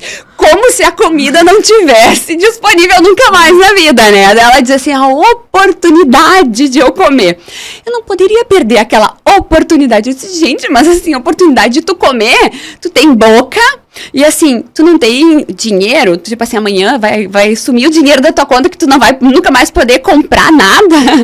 Não, né? Então, né, calma, tu vai ter oportunidade. Mas ela brinca, oportunidade. Então, aí a oportunidade, como ela fala, de comer tá ali. E se a pessoa se antecipa, ela tá com aquela decisão. Então, ela tem uma congruência. Muito mais poder de controle. Ela tá centrada naquilo. Então, qual é a minha decisão? Ela tem um centramento. A minha decisão para esse momento é manter o meu autocontrole. A minha decisão para esse momento é voltar para casa me sentindo bem, me sentindo leve. Qual é a minha decisão para esse momento? É ter equilíbrio nas minhas escolhas, é ter consciência alimentar, seja qual for, a pessoa escolhe a decisão dela. Só que essa decisão, ela centra e ela traz energia. Porque o que acontece? Os nossos pensamentos, como a gente falou aqui inicialmente, eles não são inocentes. Eles produzem uma cascata emocional. E essa cascata emocional, elas vão produzir energia ou falta de energia. Muitas vezes a pessoa, naquele processo decisório ali no evento, ela fica, como ou não como? Como ou não como? Ai, mas é a oportunidade de eu comer. Vou comer ou não vou comer? O que eu vou comer? Ai, será que eu posso comer ou não posso comer? E ela fica tão desgastada num evento, pensando se ela deve comer ou não deve comer, vai comer ou não vai comer, que ela não aproveita. E ela chega em casa se sentindo mal. Ou culpada, porque ela comeu demais, ou se sentindo mal, se comparando com as outras pessoas que comeram. Ai, coitada de mim, porque eu não posso comer. muitas pessoas têm esse pensamento, né? Ai, por que as outras pessoas podem comer e eu não posso, porque eu tô de dieta? Ou seja, são pensamentos que colocam a pessoa num nível energético e emocional lá embaixo. E aí, de novo, esse nível energético produz o quê? Sentimentos de culpa, insuficiência, vergonha, sentimentos que fazem ela se sentir mal. Esse mal-estar, se a pessoa não tem uma ferramenta, ela vai precisar o quê? Fazer de alguma maneira a regulação emocional. E como é que ela aprendeu que é? Com a comida. Compensando. E ela não se dá conta, ela não come no evento. É muito engraçado. Ela come em casa. Sim. Ou ela come no dia seguinte. Gente, é muito engraçado isso. Eu acho que é bem Mas importante a gente... o que a Ellen está colocando, porque o que a Ellen está mostrando aqui para nós e serve para todas as áreas da nossa vida, o problema não está no resolver pela dieta ou pela mudança do comportamento onde parece estar o problema. Meu problema está em não controlar o meu peso. O meu problema é não ganhar dinheiro. O meu problema é não ter relacionamentos. A gente tende a achar que esse é o meu problema, não. Esse aqui é o propósito, o resultado final de alguma coisa que aqui embaixo precisa ser olhada, precisa ser resolvida, né? Eu acho que combina com o que eu ia perguntar agora, isso que tu tá falando, vê? E aí, continua. Porque assim, quando é que a pessoa se liberta? No sentido, a minha pergunta, sabe? Porque, claro, é muito melhor eu conseguir ir tendo o corpo que eu quero e ir me controlando. Claro, para não... Mas quando é que chega um momento onde eu consigo lidar melhor sem tanta necessidade dessa quantidade de pensamentos e formas de ir lidando com cada coisa e cada ambiente? Tem algum momento onde, tá, agora... Eu acredito que esse momento é quando a pessoa teve essa experiência de que... Não é a comida, o que a comida traz de compensação, e ela começa a entender o que está por trás, e ela começa a expandir. A comida não é o problema, é só a minha fuga. Aí ela consegue entender isso, e ela consegue, então, expandir para outras áreas da vida dela. Então, ela começa a trabalhar o amor próprio. E ela começa a se gostar como ela é. Aí acaba porque ela expandiu, entendeu? Não entendi. Assim, ó, a Rosa ali acha que o problema dela é estar fora de peso 2, 3 quilos. Uhum. Aí ela vai lá trabalhar com a Ellen essa questão. E a Ellen mostra assim, ó, o teu problema é a tua compensação na comida. O teu tanque emocional não tem outra alternativa. É só comida que te dá prazer. É só comida que tu enxerga como oportunidade. E a pessoa diz assim, sim, você vê, você tem boca, tua boca vai continuar aí, teu estômago também, as oportunidades também vão acontecer. Então, tu come demais porque tu vê comida como oportunidade. Pensa sobre isso, que mais que são oportunidades na tua vida. E a pessoa começa a expandir. E vê assim, é óbvio. Não pode ser só comida a minha oportunidade de vida. Oportunidade de vida é ter mais conexão com a natureza. Oportunidade de vida é me evoluir, é entender que eu sou muito mais do que isso. E aí vem a libertação. É, bonito isso. Sabe, porque na minha experiência, eu tive uma questão séria de anorexia e bulimia, né? Então, até enquanto o meu objetivo era ser magra, na verdade eu estava doente, né? Então, assim...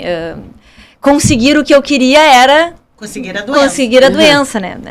Mas aí teve um determinado momento onde o meu objetivo era conseguir comer arroz com feijão como todas as pessoas normais, né? E me sentir uma pessoa normal em relação a tudo isso. E sentir alívio e tal. Então, esse passou a ser o meu objetivo. Tá. Isso agora já fazem 10 anos desde que eu... 10 é exagero. 8 anos desde que eu sinto assim, não. Agora, isso curou. Tá resolvido. Só que por muito tempo, eu tinha que cuidar. Se outras áreas na minha vida começavam a degringolar muito, a questão com o alimento podia ser o lugar onde eu ia descontar. Hoje isso não acontece mais. Hoje, o que eu ainda não ouso é fazer dieta. Eu não ouso fazer dieta. É perigoso. Eu ainda não sei. Botou como perigo. Eu ainda não... Eu também não me sinto precisando de dieta, mas assim... um cuidado um pouco mais da conta, com essa coisa do que eu vou comer e tal, eu sei que eu tenho que... na verdade, tomar um certo a cuidado. zona de perigo. É diferente É a a minha zona de perigo. É a Exatamente. zona de perigo. Mas isso que tu tá trazendo, Lau, é bem interessante, porque, na verdade, é a minha história. Por exemplo, que é o comer emocional, né? Eu também tenho uma história de compulsão. O comer emocional, ele não vai voltar? Sim, até hoje eu tenho, eventualmente, pensamentos de ai, hoje eu tô triste, que vontade de um chocolate. Essa rede neural, ela tá lá. Só que o que acontece?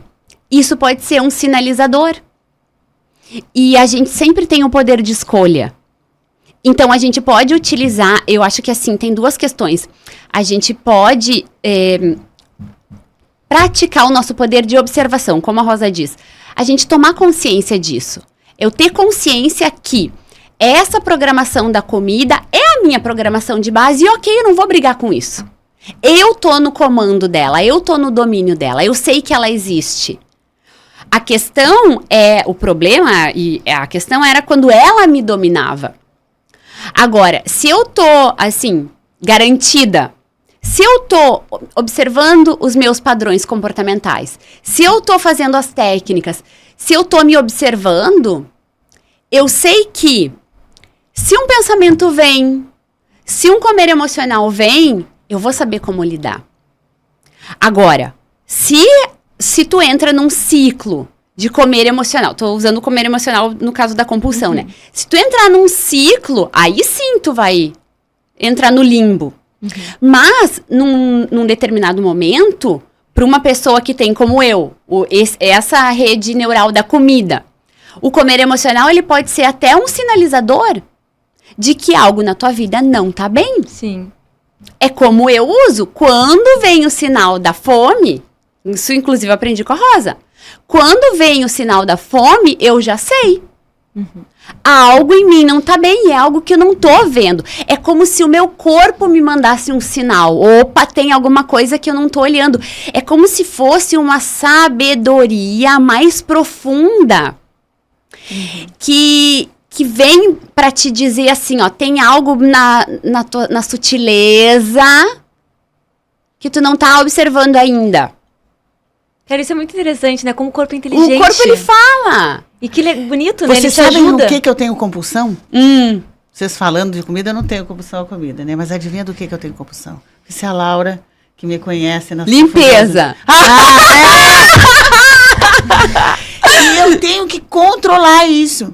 Porque hoje eu vi um videozinho no Instagram que era o seguinte, é uma pessoa limpando tudo e escrito assim, limpando tudo para minha faxineira chegar e não achar que eu sou uma pessoa desorganizada.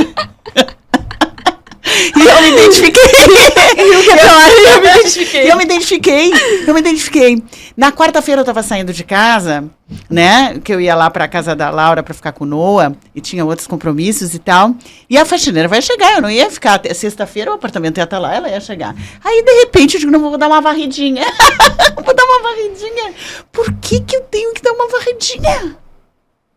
Né? A compulsão da limpeza. Por que eu tenho que dar uma varridinha? Não, porque tem uns cabelos aqui. Quem é que vai enxergar? A faxineira. Deixa ela ver, porque isso daí tem sentido ela ver. Então, ó, tá vendo? Assim, porque fica muito disfarçado a organização como uma coisa assim, né? Muito fantástico, acho que me ajuda. Mas o excesso é compensatório. Eu não consegui fazer o que eu preciso fazer porque não está tudo organizado. Às vezes é um tempo que eu tenho que dedicar que eu não precisaria fazer isso, né? Sim. Então eu tenho que olhar também para isso e limitar. É quase como a comida. Eu entender que a comida é alguma coisa que está desregulada em mim. Esse excesso de organização é alguma coisa que está desregulada em mim. E aquilo que tu falou antes, acho super importante também. A questão de como é que estão as outras áreas na minha vida. Né? Como é que estão essas outras coisas e de onde é que está vindo o meu valor também, né? Porque essa questão de eu estar querendo agradar, de tu estar querendo agradar, onde é que eu estou colocando o meu valor? Para olhar para isso, para, né, sustentar mais isso, trazer fontes de valor para si próprio, né? Se valorizar. Porque tem tudo a ver, né? E chegar à conclusão que o meu valor é muito maior do que o meu corpo. O meu corpo é algo que eu preciso cuidar, porque é o meu templo, mas eu sou maior do que isso. Eu posso cuidar do meu corpo, eu posso querer o meu corpo saudável, porque eu acho que quando tu entende que isso tudo é uma questão também do que teu corpo te leva na vida, tu não vai sem o corpo. Então, cuidar desse corpo é valoroso, mas eu não sou só esse corpo.